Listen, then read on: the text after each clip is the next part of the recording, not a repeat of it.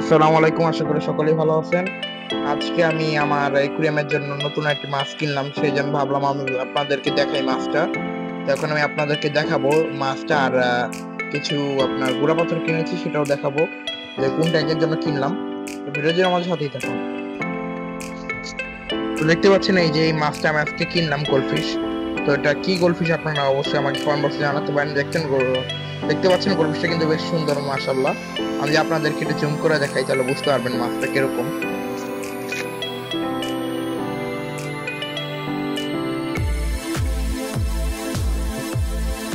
তো এই মাছটা একটু পর আমরা ট্যাঙ্কে দিয়ে দিব,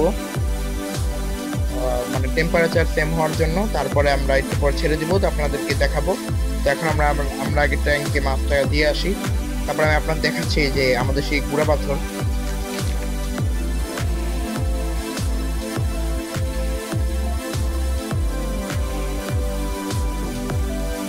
তো এই পাথরগুলো আমরা এই ট্যাঙ্কে দিয়ে দিব, তা দেখা যাক কিরকম লাগে। তো চলুন দিয়ে নিই। তখন হয়তো বা দেখতে পারেননি, এখন আমি আপনাদেরকে দেখাই যে এই যে মাছটা, এই যে গোল্ডফিশ ছোট এই যে প্যাকেটের ভিতরে। তো এটা অবশ্যই আমাদের ট্যাঙ্কের পানির সাথে অ্যাডজাস্ট হওয়ার জন্য রাখতে হবে 20 মিনিট। 20 মিনিট পর আমি আপনাদেরকে দেখাবো যে কি অবস্থা মাছটার।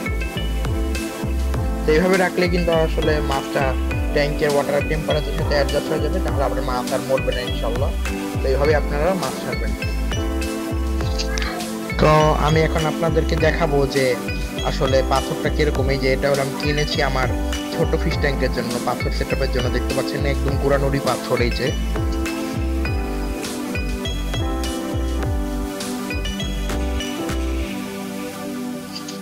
আমরা এখন এগুলো সেম নিয়মেই ধুয়ে নিব, যেই নিয়মে আমি ধুয়েছিলাম কালকে পাথরগুলো, সেই নিয়মে আগে বালতিতে ঢেলে নেবো। এই যে বালতিতে ঢালা পর আমি সেম নিয়মেই ধুয়ে নিব, ঠিক আছে?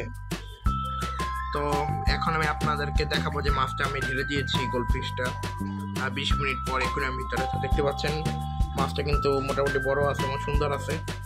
তো মাছটার দাম নিয়েছে আপনার 40 টাকা পিস, 80 টাকা জোড়া হিসাবে। দেখতে পাচ্ছেন মাছটা কিন্তু বেশ সুন্দর, আমি আপনাদের দেখাই। এটা নতুন মাছ, এখন আপনার ভালোভাবেই আছে। তো আপনারা সেম নিয়মে যদি মাছটাকে আপনার আপনার ট্যাঙ্কে ছাড়েন তাহলে আশা করি কোনো অসুবিধা হবে না। এই যে মাছটা, আর মাছটা কি জাতের গোল্ডফিশ সেটা অবশ্যই আমাকে জানাতে পারেন। আর আপনাদের এলাকায় আপনারা কি কি মাছ কিনেন এবং গোল্ডফিশ দাম কিরকম হয় সেটা অবশ্যই আমাকে কমেন্ট বক্সে জানাতে পারেন। তো এই যে মাছটা আমি আপনার দেখাই, এই যে ফুটতেছে, আসলে খুব সুন্দর লাগতেছে। তো একটু পরে আমি আপনাদেরকে দেখাবো যে কিভাবে পাথরটা দেই ওই ট্যাঙ্কে। আর ধোয়া সিস্টেমটা আশা করি আপনারা জানেন। তো এই হলো মাছ, আর বাকি মাছগুলো দেখে নিই। আর অ্যাকুয়ারিয়াম কিছুদিনের মধ্যে ওয়াশ করতে হবে। অ্যাকুয়ারিয়াম গ্লাসে আপনার অনেকটা জমে গিয়েছে ময়লা। আর এই যে মাছটা আমি আপনার দেখাচ্ছি, এই যে দেখতে পাচ্ছেন এই যে মাছটা।